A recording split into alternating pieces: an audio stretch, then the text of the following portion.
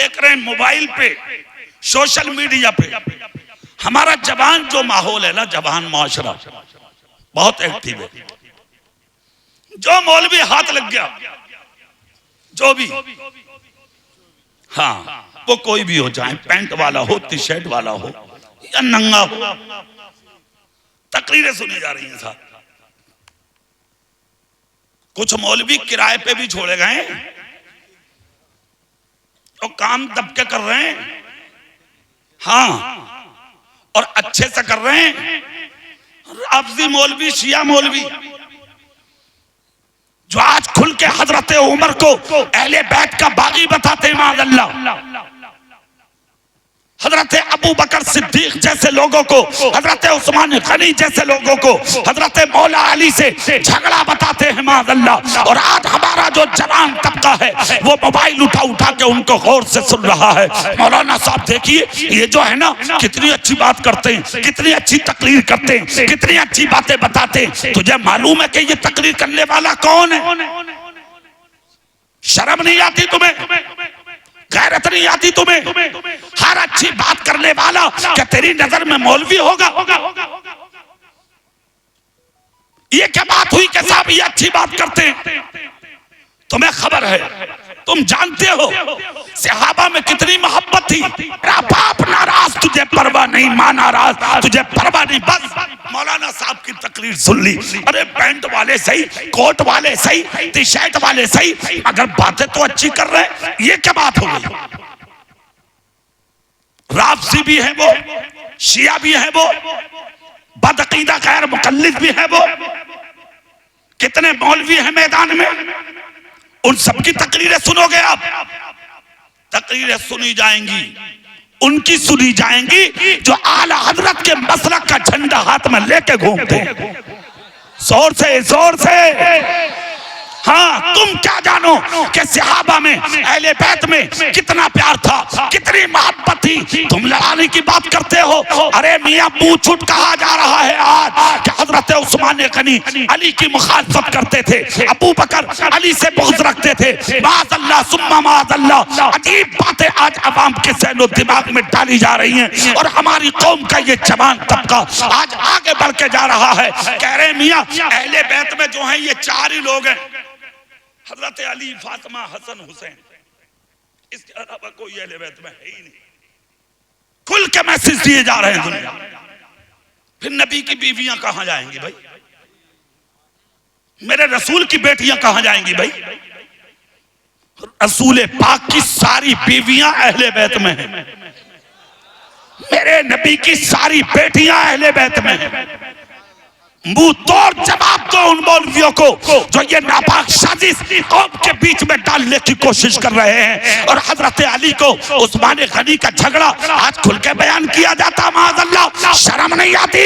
अरे जिस वक्त हजरत उस्मान गनी के कत्ल का इरादा लेके लोग मैदान में आए थे, तो सबसे पहले उस्मान गनी की चौखट पर तलवार लेकर अपने बेटों को अगर किसी ने खड़ा किया है तो उस जात का नाम हजरत उस्मान मौला अली है। सुभान अल्लाह, सुभान अल्लाह, नारे तकबीर, नारे रिसालत, मसलक आला हजरत, सुभान अल्लाह। प्यार और मोहब्बत का मामला, कितना प्यार था अहले बैत और सहाबा में। अच्छा, तुम्हें एक बात का पता, अगर धोखे से भी किसी सहाबी की अदना बराबर तौहीन कर दी तुमने, बर्बाद हो गए तुम। जानते हो सहाबी का मर्तबा पता है तुम्हें? शर्म करो, हया करो, अपनी जबानों पे लगाम लगाओ और जो उलमाए हक्का का फैसला है उस पर अमली जिंदगी गुजारने की कोशिश करो। कैसी मोहब्बत थी उनमें, पता है तुम्हें? और कितना अदब था सहाबा के दिल में, कितना प्यार था सहाबा के दिल में अहले बैत का। एक चीज मुझे याद आ रही है, मैं वो भी बता दूं, पहले सुभान अल्लाह बोले आप। हजरत उमर का दौरे खिलाफत था, नमाज पढ़ाने जा रहे थे मस्जिद नबी में, चंद सहाबा ने रास्ते में रोक लिया। रोक कर कहा उमर बिन खत्ताब से, सरकार रुकिए। कहा क्या हुआ? कहा ये जो पनाला है ना, इसका पानी बारिश के बाद इस रास्ते में टपकता मस्जिद नबी की तरफ, ये नमाजियों पर गिरता, लिहाजा इस पनाले को हटवाया जाए। हजरत उमर जल्दबाज थोड़ी थे। आज तो अगर किसी के पास ताकत हो तो 1 मिनट में झटपट मामला खत्म। हाँ खत्म, बस उसे ये पता लग जाए कि बॉर्डर किसका, 1 मिनट में काम तमाम। बड़े बड़े अच्छे ताकतवर मिट्टी में चले गए, उनकी कब्रों का पता ना, हाँ भाई ये है कहां। कसम से बता रहा हूं, ईमानदारी से, पता ना, बिल्कुल कुत्ते पेशाब कर रहे हैं, कुत्ते, देखने वाला ना कोई। धतूरे खड़े हैं कब्रों पर लंबे लंबे, काटने वाला ना कोई। अल्लाह ने जबान में या तेरी आंखों में, तेरे हाथों में अगर ताकत दी है तो किसी का दिल तोड़ के मत मर, हो सके तो टूटे दिल को जोड़ के मर जा। मुस्तफा फरमाते हैं कयामत के दिन दुनिया जन्नत तलाश करेगी और मेरी शफाअत दिलों को जोड़ने वालों को तलाश करेगी।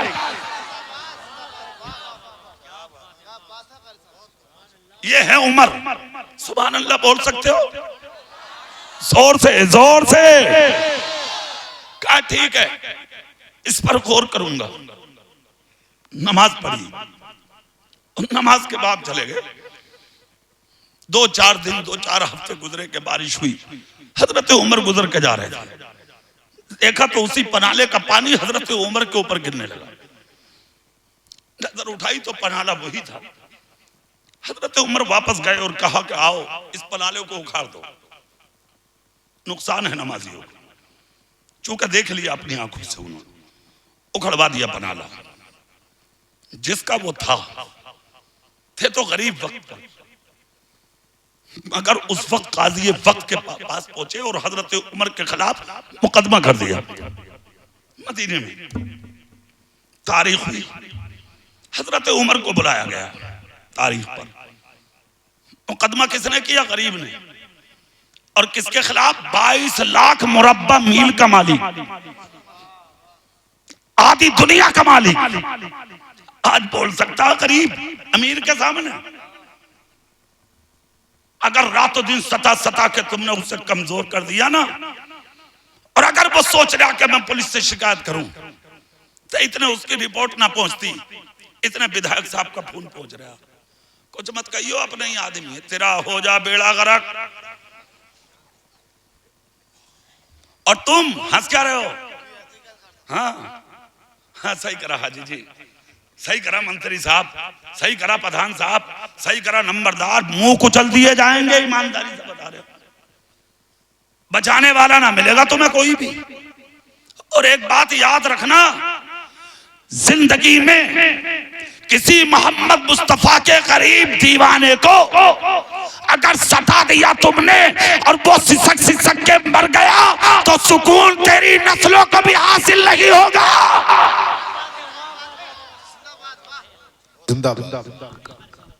सुन लेना, यजीद ने जुल्म किया था करबला में, तख्त पर बैठकर बेटे को सुकून न मिला जी। बेशक। पूछा गया क्या हुआ, बेटे ने नीचे खड़े होकर कहा मैं इस तख्त पर बैठ ही नहीं सकता, जब मैं इस पर कदम रखता हूँ तो मुझे अली असगर के खून की याद आ जाती है। अल्लाह। दूसरों पर जुल्म करने वालों, अपनी ताकत पर घमंड करने वालों,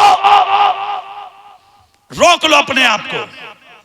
जिंदगी में दौलत, शोहरत, इज्जत, इल्म खुदा के करम से अगर मिला है, इतरावे मत, सर झुका ले, और उस पर जो इनाम बरसेगा, खुदा की कसम तुम मर जाएगा, इज्जतें तेरी नस्लों से भी नहीं संभाली जाएंगी।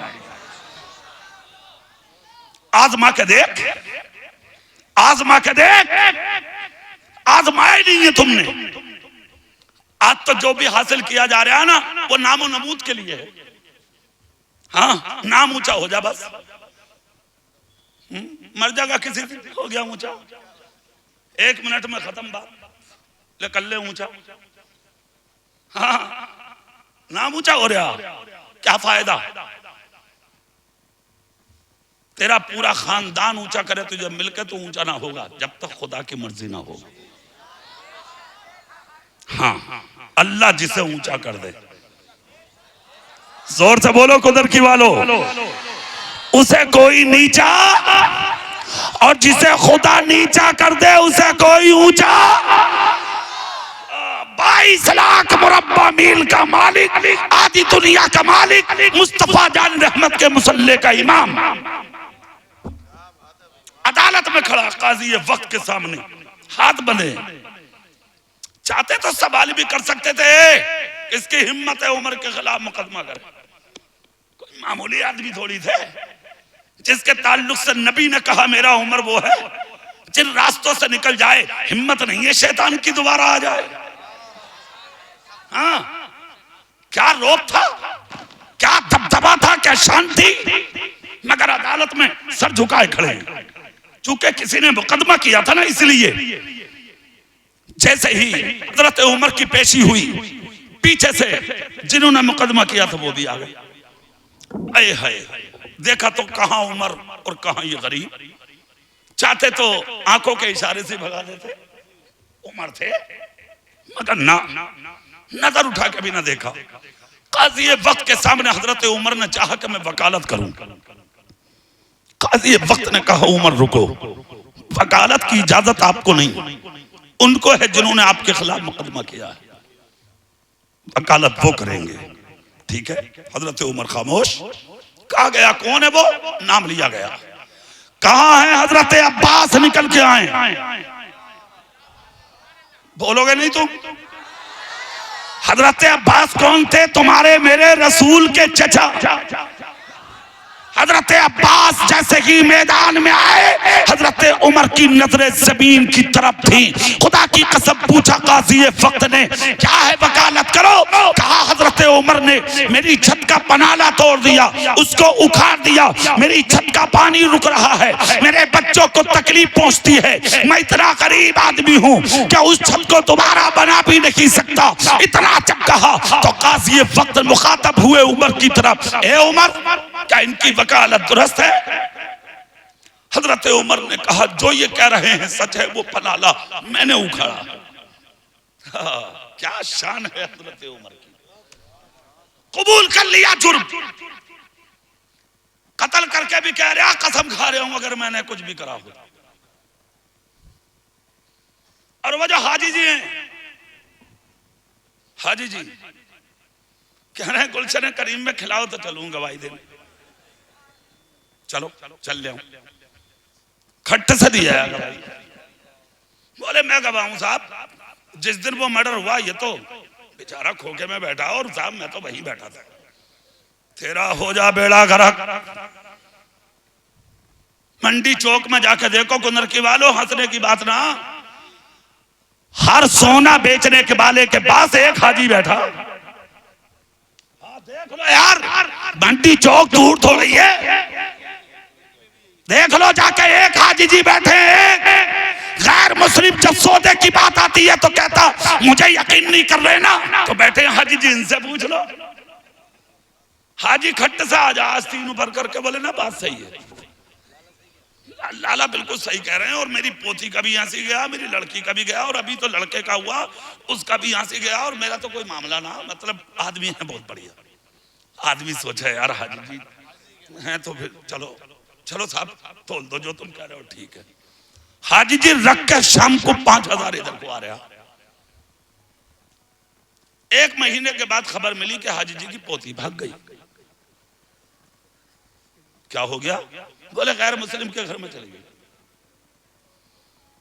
चेहरा मेरी तरफ करके एक बात सुन लो, बेटी तूने पाली है, तेरी बहू की कोख में रही, 25 साल तक तूने परवरिश किया, कांधे पर रख के घूमा, भागी क्यों? क्यों भागी? तेरे मां, तेरी बीवी के पेट में रहने वाली, तेरे घर में पलने वाली, तेरे खिलाने पिलाने वाली, भागी क्यों? सोचा कभी? गरीब बाप था, मुत्तकी परहेजगार, बीमार होकर बिस्तर पे गिर गया। जैसे कि बीमार होकर बिस्तर पे गिरा, घर में छोटे छोटे बच्चे थे। एक बेटी तकरीबन 25 साल की थी। घर में 8 दिन हो गए, चूल्हा नहीं जला। छोटे छोटे बहन भाई बिस्तर पर बीमार पड़े थे, खाने के लिए बेकरार थे। बहन का दामन पकड़ के कहा, बहन अब्बा के बर्दाश्त ना होते।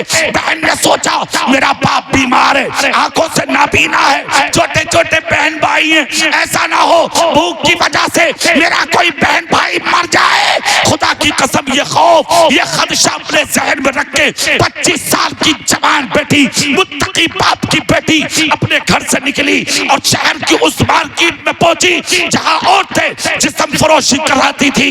जिस्म फरोशी करा के चंद सिक्के कमा के अपने चूल्हे चलाती थी। ये गरीब बाप की बेटी भी जाकर उसी मार्केट और उसी बाजार में खड़ी हो गई। सुबह से दोपहर हो गई, कोई पूछने वाला ना आया।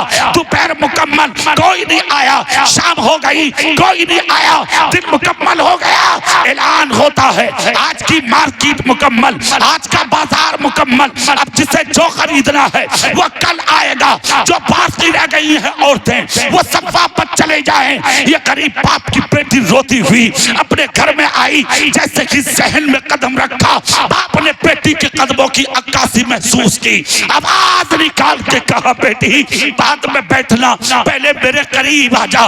25 साल की बेटी बाप के पास पहुंची, हाथ पे सर रख के रोई। बाप ने सर पे हाथ रख के कहा, रो मत, सिर्फ इतना बता दे कि सुबह से थी कहा। 25 साल जवान बेटी ने कहा, अब्बा जान मुझे माफ करना।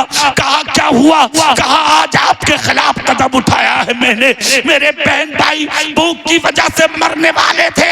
मैं शहर की उस मार्केट में गई ताकि अपना जिस्म खैर के हवाले करके कुछ सिक्के कमा सकूं, मार्केट से कुछ खाने का सामान लेके अपने बहन भाई की जान बचा सकूं। अब्बा जान मगर जैसे गई थी आ गई। अल्लाह अल्लाह इतना जब कहा तो बाप बोला, बेटी सच बताना, उस बाजार में गई क्या कोई तेरे करीब आया? किसी ने नजर मिलाई? किसी ने सौदा किया? क्या किसी ने तुझसे बात की? 25 साल की हसीन बेटी ने अपने बाप से कहा, अब्बा जान हैरत इसी बात की है, जो कम हुस्न वाली थी उन्हें अच्छी कीमत में लोग ले गए, मगर मुझसे सौदा तो बड़ी बात किसी ने मेरी तरफ नजर उठा के भी नहीं देखा। इतना जब कहा तो लागर बाप बिस्तर से खड़ा हुआ, अपनी बच्ची का सर चूम के कहा, बेटी यही भरोसा था अल्लाह की रहमत पर, इसलिए क्या भी तो एक दिन गई है, अगर कयामत तक बाजार में खड़ी रहेगी तब भी मेरी बेटी को कोई नजर उठा कर नहीं देखेगा। इसलिए कि गरीब जरूर हूँ मगर जिंदगी में आज तक अपनी औलाद को हराम का लुक्मा नहीं खिलाया। नारे तकबीर, नारे रिसालत, नारे गौसियत, मुसलके आला हजरत फैजान मुअज़्ज़मी हुजूर सैयदना नासिर मियां साहिब क़िबला, अल्लामा कारी इकबाल रज़वी साहिब क़िबला। है तो पेट ही ना भर जाए बगैर हराम के। ये कहवे आज मजा ना आया खाने में, चटपटी ना मिली ना, मजा ना आया। अब तो आ रहा मजा। 1000 पहुंच गई गैरों के घरों में। देख 1000 डूब के मर जा, नहीं है जगह तुम्हें डूबने भी कहीं, मर जाओ। एक बात याद रखना हमेशा, जब तक हराम लुकमों से बाज नहीं आओगे, जब तक ये चीजें तुम्हारे घरों से खत्म नहीं होंगी। हराम लुकमों का असर तुम्हारे खानदानों में गर्दिश करता है। जब तक हराम लुकमों से नहीं बचोगे, जब तक खुदा पाक, जब तक तुम्हें इज्जत की सांसें नसीब नहीं हो सकती।